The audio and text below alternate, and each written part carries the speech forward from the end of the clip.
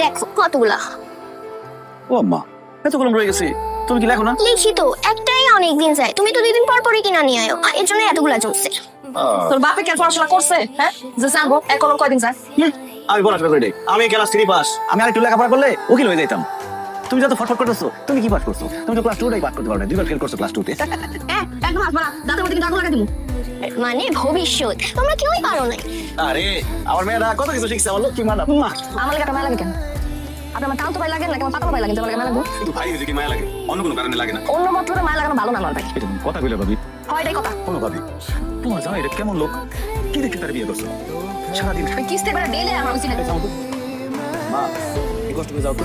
জলের পানিটা ফালাই আর নতুন করে পানি নিয়ে আসো। আবার বাথি। আচ্ছা সব দেখতেছো, থাকো কেন? যাও গা। কি করে তুমি? তুমি কি মনে করছো আমার জানার জায়গা নাই না? আমি তোমার এই সংসার কপালে লাগছে না, যখন পাওয়া যেতে পারি এই অভাব সহ্য হয় না আমার আর। সংসার